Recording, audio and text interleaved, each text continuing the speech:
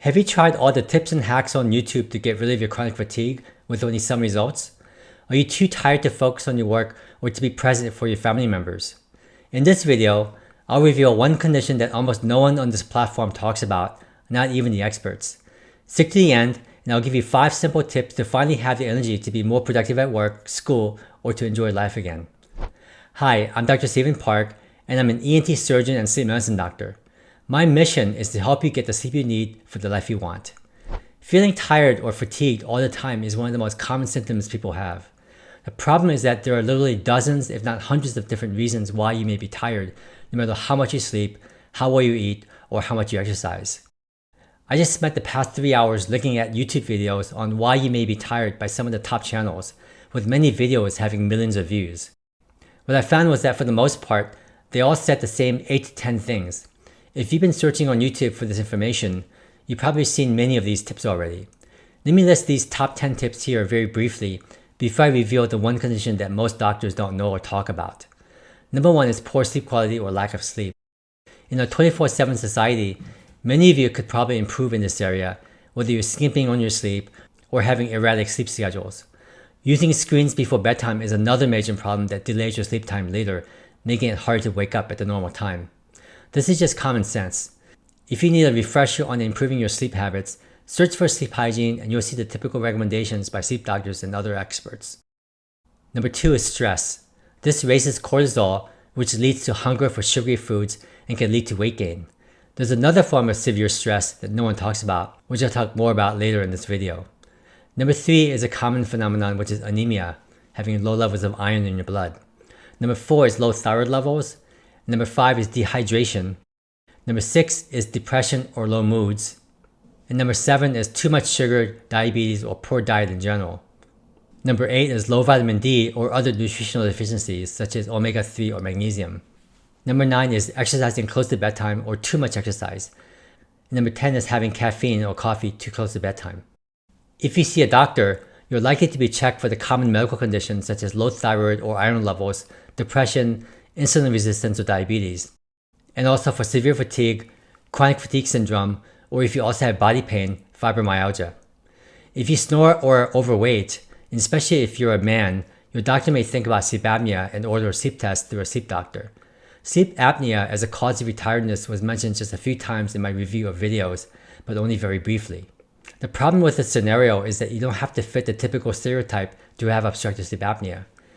Doctors are taught that you have to be a middle-aged or older, overweight, snoring man to have sleep apnea. Studies have shown that you can be a young, thin woman who doesn't snore at all and still have severe sleep apnea. This is why it's been shown that if you're a woman who complains of sleep problems to a doctor, you're more likely to be given a sleeping pill, whereas if you're a man, you're more likely to be referred to be tested for sleep apnea. No wonder it's estimated that 80% of people with sleep apnea are not diagnosed. Sleep apnea is when you stop breathing many times during sleep, with lowered oxygen levels.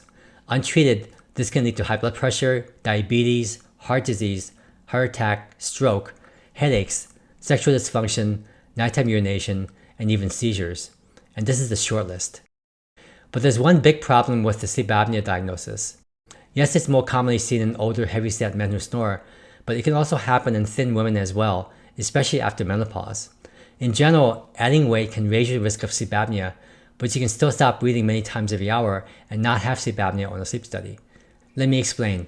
The official way of getting a sleep apnea diagnosis is by undergoing a sleep study. An apnea is when you stop breathing completely for more than 10 seconds.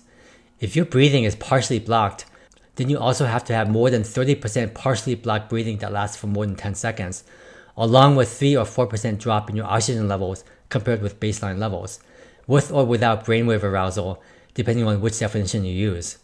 This version of partial blockage is called hypopnea compared to apnea, which is total blockage. So the total number of apneas plus hypopneas every hour is called the apnea-hypopnea index, or the AHI. I took a look at the American Academy of Sleep Medicine's formal recommendations for scoring hypopnea, and it's very confusing and convoluted. I'll place a link to it below. You need 15 total apneas or hypopneas every hour, or the AHI, to say that you have obstructive sleep apnea. Anything between 15 and 30 is called moderate sleep apnea, but you can still get a sleep apnea diagnosis if you come in between 5 and 15, called mild sleep apnea. But here's the kicker. Medicare and private insurance will only cover treatment for mild sleep apnea if you have one or more of the following: high blood pressure, mood disorders, cognitive dysfunction, coronary artery disease, stroke, congestive heart failure, atrial fibrillation, and type 2 diabetes. The good news is that most people with mild sleep apnea will have either anxiety, depression, or memory and focus problems, so that'll qualify you for treatment coverage, meaning CPAP or mandibular advancement devices. The problem is that many people who are chronically tired will stop breathing 20 to 30 times every hour, but won't meet the formal criteria for obstructive sleep apnea since not enough of the episodes lasted for more than 10 seconds. So by definition, your oxygen levels don't drop as much, but you'll still have lots of brainwave microarousals and severely fragmented sleep. It tends to be worse in deep sleep and especially in REM sleep when you're dreaming and since your muscles are completely relaxed. I actually saw objective evidence of upper airway obstruction in countless numbers of people with AHIs less than 5, but have lots of what are called spontaneous arousals. This is what's called upper airway resistance syndrome, or UARS. During drug-induced sleep endoscopy, where I take a look at the airway under mild sedation in the operating room, like what's done for colonoscopy, I almost always see significant blockages of the palate and tongue base.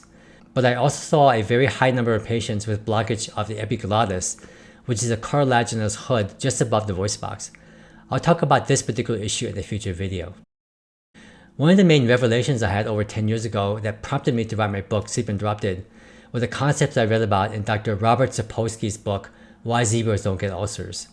He talked about how any kind of stress, whether it's emotional, psychological, traumatic, physical, or physiological stress, your body reacts the same way by activating your sympathetic nervous system and raising your stress response. Imagine being poked by your bed partner every 2 minutes throughout the night as you're trying to sleep. That's essentially what's happening in these people who are chronically tired who can't find an answer to what's causing their chronic fatigue. They have frequent but short obstructed breathing episodes that lead to lots of brainwave microarousals, and this leads to a long-term chronic low-grade stress response that can cause a number of different body and mental health problems. You may be asking why this is so common. The main reason is the basic premise I write about in my book Sleep Interrupted, which is that modern humans in the past 50 to 100 years are having smaller jaws with dental crowding. This not only leads to almost everyone needing braces and wisdom teeth needing to be removed, but it also narrows the upper airway, preventing optimal breathing during sleep.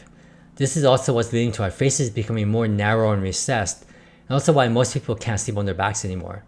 For now, if you're still struggling with being tired all the time, or if you're not finding any help with your doctor or online resources, then think about the possibility of upper airway resistance syndrome. But I'm also willing to bet that most of you with unexplained fatigue will have undiagnosed obstructive sleep apnea, for which 80% of the US population is not diagnosed. So how can you go about taking care of this problem when most doctors don't even recognize upper airway resistance syndrome? Here are 5 simple tips to get you started towards having more energy to live your life again. Number 1 is to shut your mouth and breathe through your nose. It's important to breathe through your nose all the time, especially when you're sleeping. I've made lots of videos on this topic, so take some time to learn from these videos on my channel. For a complete discussion on how to unstuff your stuffy nose for good, I've placed a link to the video below as well as a card above. Once you're breathing much better through your nose, take the next step and tape your lips closed. The reason for doing this is not to keep your lips together, but to keep your jaws closed. If you open your jaws even a little, your airway behind the tongue starts to close off. A link to the mouth taping video is below as well. Number 2 is to avoid eating or snacking 3 to 4 hours before bedtime. I may sound like a broken record, but following this step is critical if you want to make any progress towards better sleep, having more energy, and even towards your weight loss goals. The simple explanation has to do with preventing acid reflux, but it goes much deeper than that, which is related to your sleep breathing problems. Number 3 is to find your best sleep position, preferably not on your back. Sleeping on your back, or the supine position, is the worst position since gravity pulls on your tongue and soft palate the most in this position. This leads to more apneas and more acid reflux. Tips number 1 to 3 will lower the total amount of times you stop breathing at night. Number 4 is to avoid all screens and electronic devices before bedtime. Blue light from all the devices will lower your sleep hormone, melatonin. Melatonin also tightens the lower esophageal sphincter, which blocks acid in your stomach from reaching your lower esophagus. Lower melatonin due to blue light delays your sleep onset time, making you want to sleep in much later. Number 5 is to prioritize your sleep duration. Make sleep your most important appointment of the day. Make sure it's between 7 to 8 hours. You have to experiment to find just the right amount of time. Without good sleep, nothing in your body will work well. If you want a much more detailed explanation on why these 5 tips work and how to apply them properly in your life, click on the card link above or on the link below. You'll receive my free PDF, the Energize Your Day Starter Guide, 5 simple steps to wake up refreshed and ready to go.